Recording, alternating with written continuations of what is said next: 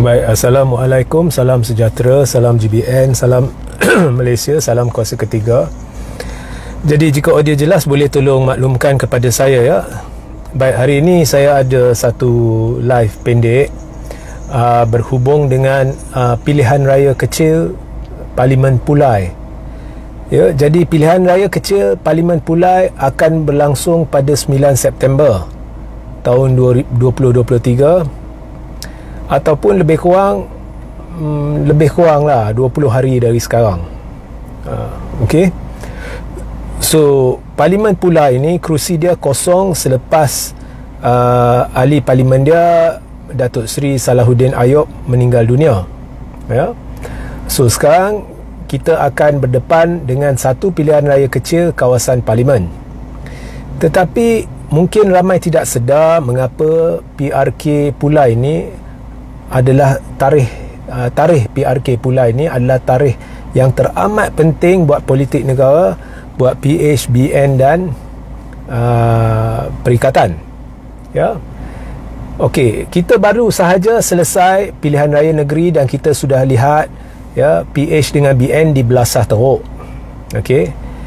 Walaupun ada orang kata DAP kekal, dia kekal, dia hanya kalah satu kerusi, tapi dari sudut perolehan majoriti ada penyusutan. PKR, Amanah, UMNO kena teruk, khususnya UMNO. Daripada 108 kerusi, dia hanya menang 19 kerusi.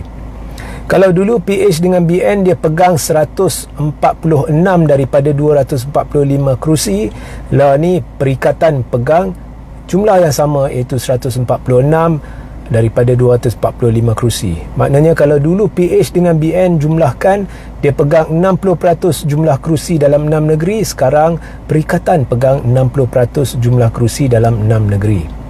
So ini sebenarnya sudah jadi satu referendum rakyat menentang PH dan BN, dan saya teramat yakin dalam masa terdekat, sama ada bulan ni atau bulan depan ya, insya-Allah kerajaan ini tidak akan bertahan. Okey, macam mana, bagaimana, itu semua tak penting. Saya tidak boleh atau tidak akan cerita, andai kata pun saya ada maklumat. Cuma kerajaan ini saya terlalu yakin tidak akan bertahan lama. Tetapi apa pun, kita lihat sekarang ni PRK Pulai akan menjadi, kalau anda fikir ya, PRN ni kempen dia kotor, dahsyat ya, PRK Pulai akan menjadi kempen luar biasa besar. Okey. Mengapa ya? Baik.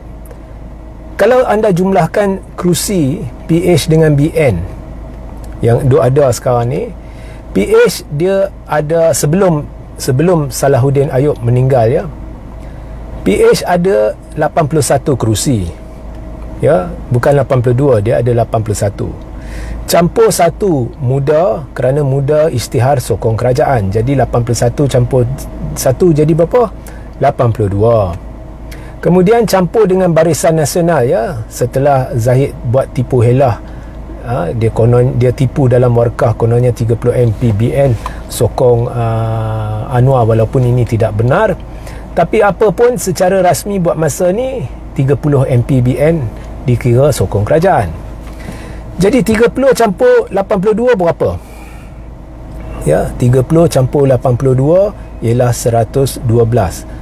Cukup makan untuk majoriti muda. Sebabnya majoriti muda adalah 112 kerusi. Dalam parlimen ada 222 kerusi, bahagi 2 dapat 111. Maka untuk bentuk kerajaan, gabungan ataupun koleksi parti-parti yang ingin memerintah perlu ada 112. Jadi sebelum Salahuddin Ayub meninggal, dia cukup makan 112. Ya. Kemudian Sabah dan Sarawak isytihar sokong kepada Anwar. Mula-mula Sarawak tak sokong Anwar, dia sokong Muhyiddin. Tapi Sarawak lihat memang kerajaan akan terbentuk oleh Anwar, jadi dia nak jadi sebahagian daripada kerajaan, jadi dia sokong Anwar. Jadi dari Sarawak ada 23 campur 1, GPS 23, 1 bebas, jadi ada 24. Ya, ada 24.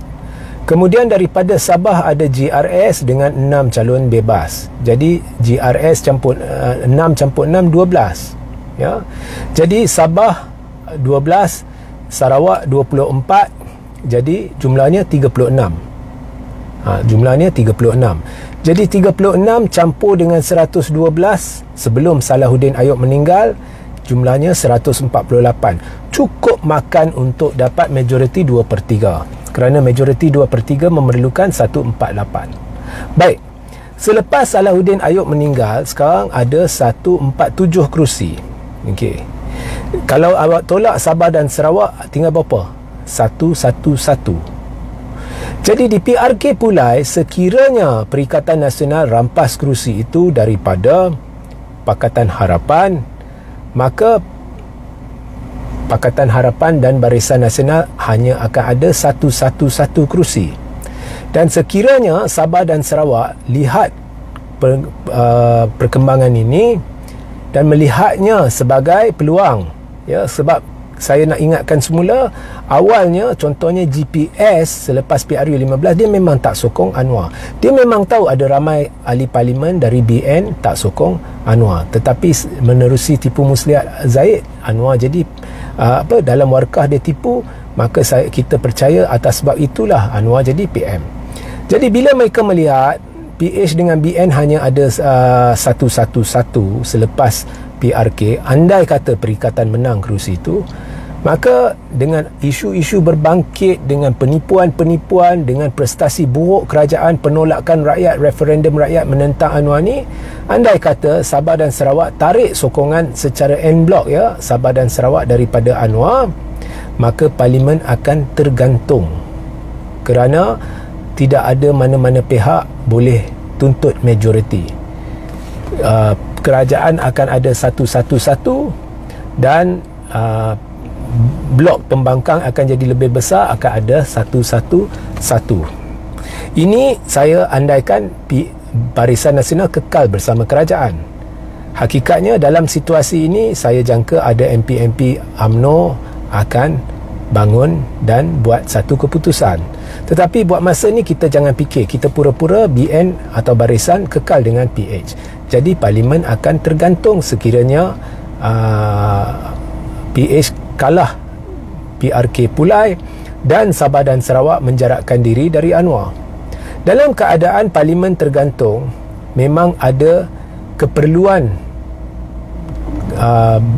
yang teramat sangat untuk segera dilakukan usul percaya atau tidak percaya terhadap Perdana Menteri di parlimen.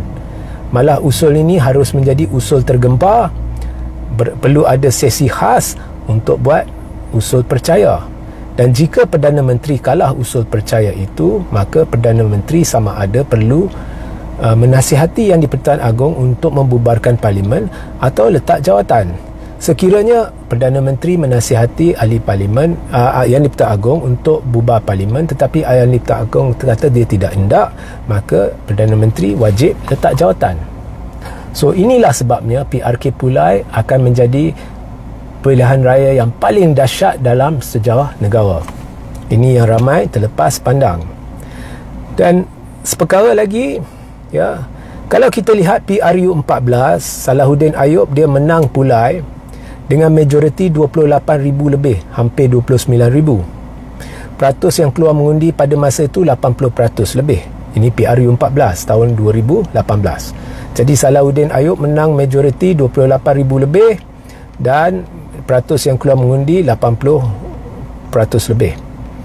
Pada PRU 15, bila sudah ada gelombang kebangkitan menentang PAS, menentang PH, menentang barisan, dan dengan adanya kebangkitan ini di Pulai pada PRU 15, Salahuddin Ayub tetap menang dengan majoriti, tetapi majoriti dia menyusut daripada 28,000 kepada 20,800 lebih.